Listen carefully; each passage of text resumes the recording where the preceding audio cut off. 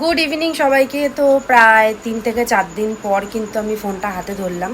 Even এখনো আমার শরীর ভালো নেই, এখনো কেসে চলেছি। তো যাই হোক, কিন্তু যাবো হচ্ছে নিউ টাউন মৈত্রী ম্যামের বাড়িতে, যেহেতু আজকে টিচার্স ডে।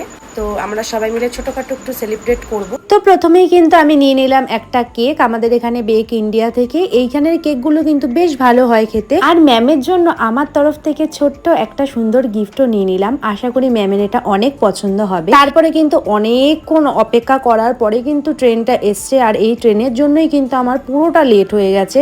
বসে বসে চা খেলাম, বসে বসে জল খেলাম, ট্রেন কিন্তু আর আসার কোনো নামগন্ধ নেই। ম্যামের বাড়ি ঢুকতে যাবো ঠিক তখনই ম্যাম ফোন করলো, বললো যে বিরিয়ানি আনার জন্য। তো এখান থেকে কিন্তু আমি বিরিয়ানি নিয়ে নিলাম। তো প্রথমে এসেই কিন্তু ম্যামকে আগে আমি আমার গিফটটা দিয়ে দিলাম। দেখি ম্যামের গিফটটা ঠিক কতটা পছন্দ হয়েছে। আর এই গিফটটা কিন্তু আমি অনেক ভেবে চিন্তেই নিয়েছি ম্যামের জন্য।